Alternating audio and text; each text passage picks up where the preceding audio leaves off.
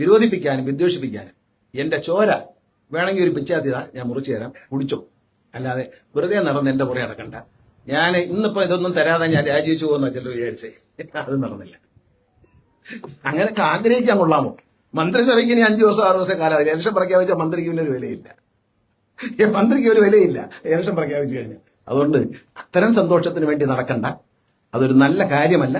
അതുകൊണ്ടാണ് ഞാൻ ഇവിടെ ഒന്നും മിണ്ടാത്ത. എനിക്ക് ആരോടും വിരോധം ഉണ്ടായില്ല. ഞാൻ മാധ്യമപ്രവർത്തകരോട് വളരെ മാന്യമായിട്ട് സ്നേഹമായിട്ട് പെരുമാറുള്ളൂ. പക്ഷെ കഴിഞ്ഞ 2 ദിവസമായിട്ട് എന്നോട് വളരെ മോശമായിട്ടാണ് പെരുമാറുന്നത്. സന്തോഷം. ഇത് പണ്ടും ചെയ്തിട്ടുണ്ട്, ഇനിയും ചെയ്യുമെന്ന് എനിക്കറിയാം. ഇതിനും കൂടുതൽ വ്യത്യസ്തതയൊന്നും ഞാൻ പ്രതീക്ഷിച്ചിട്ടല്ല നിങ്ങളോട് ചിരിച്ചതും ചില മാധ്യമങ്ങൾ ഞാൻ ഇന്റർവ്യൂ തന്നതും എന്റെ കഴിവുകളാണെന്ന് വിചാരിക്കരുത്. ഞാനൊരു സ്നേഹം കൊണ്ട് തന്നു, കുറെ നാളായിട്ട് ചോദിച്ചു തന്നു. പക്ഷെ തന്നതിന്റെ ഫലം എനിക്ക് തന്നു. സന്തോഷം. നന്ദി, നമസ്കാരം.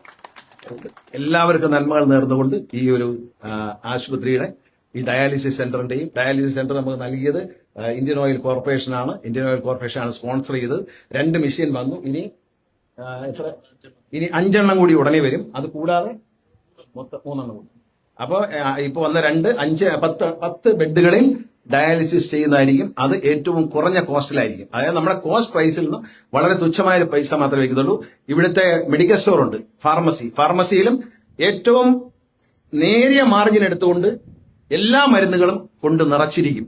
അതിനുള്ള ഏർപ്പാട് ഞാൻ MD-യോട് പറഞ്ഞിട്ടുണ്ട്. എല്ലാ മരുന്നുകളും ഇവിടെ ലഭിക്കത്തക്ക രീതിയിൽ, അതും ഏറ്റവും കുറഞ്ഞ തുച്ഛമായ കാരുണ്യ മെഡിക്കലിൽ കിട്ടുന്നതിനേക്കാൾ ഒരുപക്ഷെ ആ എമൗണ്ട് അല്ലെങ്കിൽ അതിനടുത്തുള്ള എമൗണ്ടിൽ വെളിയിൽ കിട്ടുന്നതിനേക്കാളും തുച്ഛമായ മാർജിൻ മാത്രം, നടത്തിക്കൊണ്ടുപോകാനുള്ള ഒരു മാർജിൻ മാത്രം എടുത്തുകൊണ്ട് എല്ലാവർക്കും, അത് ജീവനക്കാർക്കും തരും, നാട്ടുകാർക്കും തരും. അതിന്റെ സൗജന്യം ജീവനക്കാർക്ക് ഒരു പ്രത്യേക ശതമാനം, നാട്ടുകാർക്ക് ഒരു പ്രത്യേക, ഏതായാലും മാർക്കറ്റിൽ കിട്ടുന്നതിനേക്കാൾ വളരെ വില കുറച്ച് മരുന്നുകൾ നിങ്ങൾക്ക് തരും എന്ന് ഉറപ്പ് നൽകിക്കൊണ്ട് ഈ ഒരു ഡിസ്പെൻസറിയുടെയും നമ്മുടെ ഈ ഹോസ്പിറ്റൽ ASRC മെഡിക്കൽ സെന്ററിന്റെയും ഡയാലിസിസ് യൂണിറ്റിന്റെയും ഉദ്ഘാടനം ദൈവനാമത്തിൽ ആർക്കും അസുഖം വരാതിരിക്കട്ടെ, ഇതിനാരും വലിയ തിരക്കുണ്ടാവാതിരിക്കട്ടെ എന്ന പ്രാർത്ഥനയോടുകൂടി ഞാൻ പണ്ടൊരു കോവിഡ് ആശുപത്രി ഉദ്ഘാടനം ചെയ്ത് പെട്ടെന്ന് അടച്ചു പോണേ എന്ന് പറഞ്ഞ് പ്രാർത്ഥിച്ചു കൊടുക്കുക. ഇത് അടച്ചു പോണേന്ന് പ്രാർത്ഥിക്കുന്നില്ല, തുറന്നിരിക്കട്ടെ, ആവശ്യമുള്ളവർക്ക് ഉപകാരപ്പെടട്ടെ, ആവശ്യക്കാരുടെ എണ്ണം കുറഞ്ഞിരിക്കട്ടെ എന്ന പ്രാർത്ഥനയോടെ ഈ മെഡിക്കൽ സെന്ററിന്റെ ഉദ്ഘാടനം, KSRC മെഡിക്കൽ സെന്ററിന്റെ ഉദ്ഘാടനം നിങ്ങളുടെ ഏവരുടെയും അനുവാദത്തോടെ അനുഗ്രഹത്തോടെയും പ്രാർത്ഥനയോടെയും നിർവഹിച്ചായി അറിയിക്കുന്നു. നന്ദി, നമസ്കാരം.